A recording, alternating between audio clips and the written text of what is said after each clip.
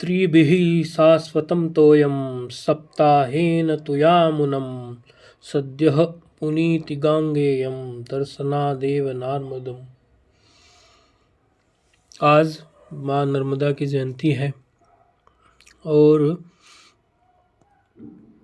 हम जो हमारी धरोहरें हैं उनके प्रति यदि हमें महत्व बुद्धि ही नहीं है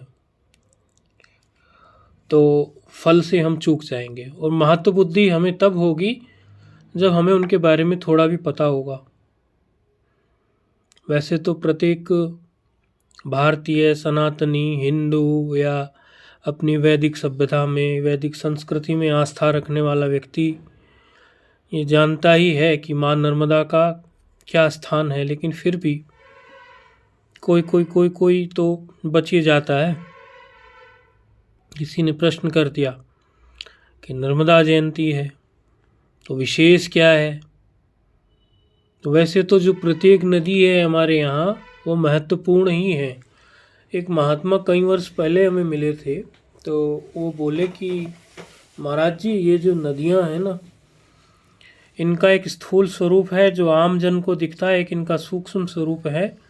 इनके तट पर कोई साधना करता है, इनके प्रति विशेष भाव रखता है तो ये दर्शन भी देती हैं और उसका संरक्षण करती हैं। और नर्मदा माँ की जयंती आज है सप्तमी को, तो इनकी तो परिक्रमा का कितना विधान है कि लोग 3 वर्ष तक परिक्रमा ही करते रहते हैं। लगभग उनको 3 वर्ष 3 महीने 13 दिन के आसपास परिक्रमा में लग जाते हैं। अच्छे अच्छे साधु और कौन से संप्रदाय के कौन से महात्मा ऐसे हुए जिन्होंने यहाँ परिक्रमा ना की हो। भगवान भाष्यकार शंकराचार्य जी को लेकर या अन्य जो है अद्वैती संप्रदाय के जो भी आचार्य हुए, सभी ने तो यहाँ परिक्रमा की है। नर्मदा माँ की जो महत्वता है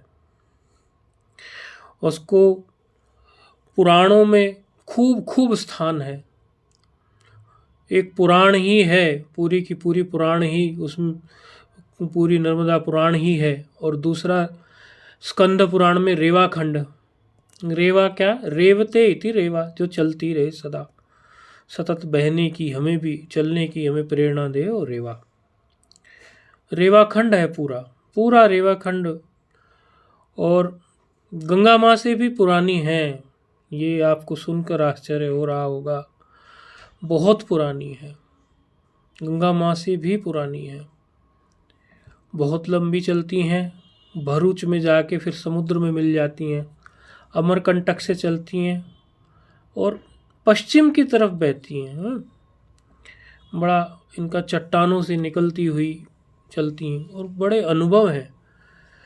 और तपस्या करनी है तो माँ गंगा, और तपस्या करनी है तो माँ नर्मदा किनारे ही आना पड़ता है। और यदि ज्ञान है तो गंगा किनारे, नहीं तो तपस्या तो जितने भी ऋषि हुए पुराने, वो सभी के आश्रम आपको माँ नर्मदा के किनारे मिलेंगे। आज इनकी जयंती है।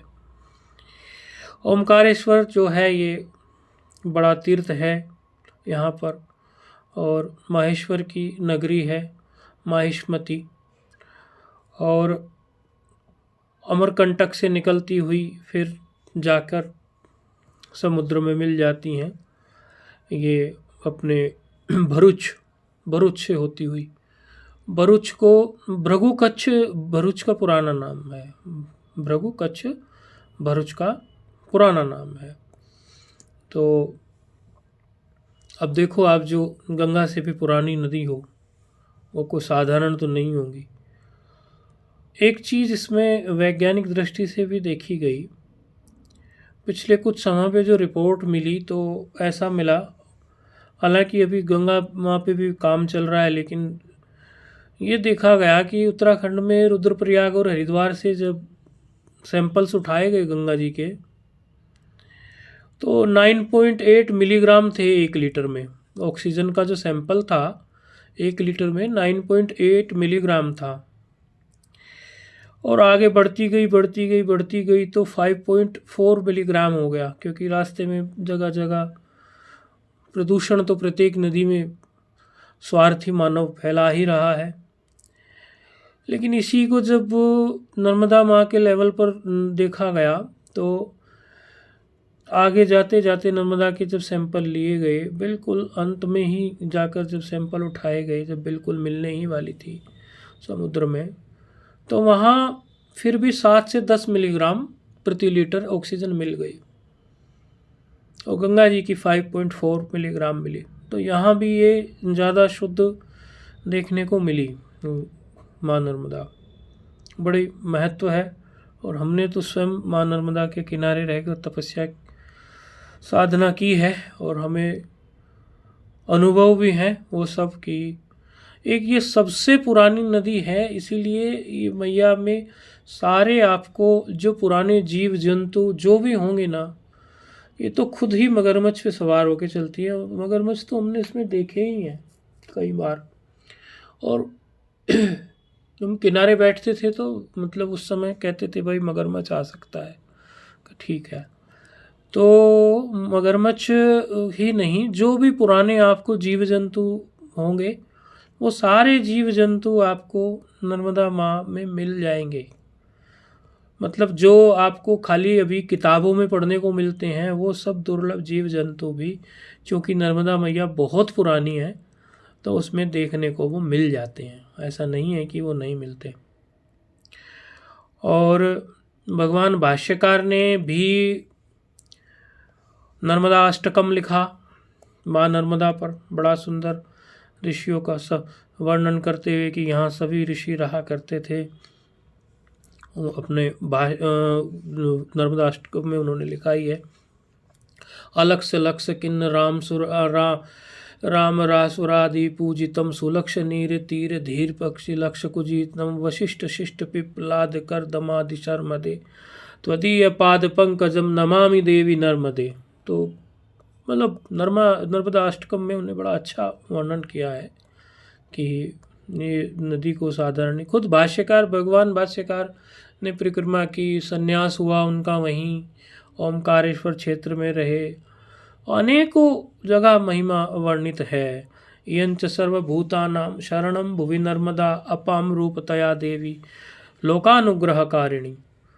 कहते पृथ्वी जल पे जो माँ नर्मदा है वो जल रूप में विद्यमान होकर ये बड़ी कृपा करती हैं जन जन पर, सभी जीवों की रक्षा करती हैं। और देखो नर्मदा है, गंगा है, यमुना है, अनेकों नदियाँ हैं। तो अनेकों नदियों के लिए फिर कहते हैं त्रिभिः शाश्वतम तोयम सप्ताहेन तुयामुनम सद्यः पुनीति गांगेयम दर्शनादेव नार्मदम। बोले माँ सरस्वती में त्रिभिः, माँ सरस्वती में 3 दिन, माँ यमुना में 7 दिन, तोयम सप्ताहेन तुयामुनम 7 दिन माँ यमुना में, और माँ गंगा में 1 दिन स्नान करने से मनुष्य पावन हो जाता है। लेकिन सद्य पुनीति गांगेयम दर्शनाद एव नर्मदम, माँ नर्मदा के तो दर्शन मात्र से ही पवित्र हो जाता है। दर्शनाद एव नर्मदम, ये तो माँ गंगा के मत्स्य पुराण में आया है ये श्लोक, कोई हमने नहीं बनाया भाई, मत्स्य पुराण का है। तो हमारी जो आज की पीढ़ी है वो समझे इन बातों को। और एक माँ नर्मदा के किनारे, माँ नर्मदा के कण कण भगवान शंकर ही है। प्रणाम करके तभी उसमें प्रवेश होता है, माँ शंकर भगवान शंकर का वास है। और कण कण, और वहीं का जो पत्थर होगा वही शिवलिंग के रूप में पूजित होगा। अन्य पत्थरों के भी शिवलिंग बनते हैं, लेकिन वो शिवलिंग को तो प्राण प्रतिष्ठा करना है। लेकिन यदि माँ नर्मदा का नर्मदेश्वर है, हाँ नर्मदेश्वर महादेव हैं, तो यदि उनकी प्राण प्रतिष्ठा नहीं भी हुई तो भी पूजने का अधिकार है। एक कितनी विशिष्ट बात है। नर्मदा के कण कण में, नर्मदा का कण कण शंकर है, ऐसा। तो माँ नर्मदा जयंती की आप सब लोगों को बहुत बहुत बधाई हो। और ऐसे तो वर्णन करने में तो बहुत कुछ है, लेकिन आप यही समझें कि अपनी पुरानी धरोहरों को समझें, जानें कि कितनी पुरानी पुरानी सभ्यता धरोहर हमारी है। मोबाइल की दुनिया से निकलें और अपने धरोहरों को कभी समय मिले तो जाएं, देखें, स्नान करें, जप तप करें। ओम नमो नारायणाय।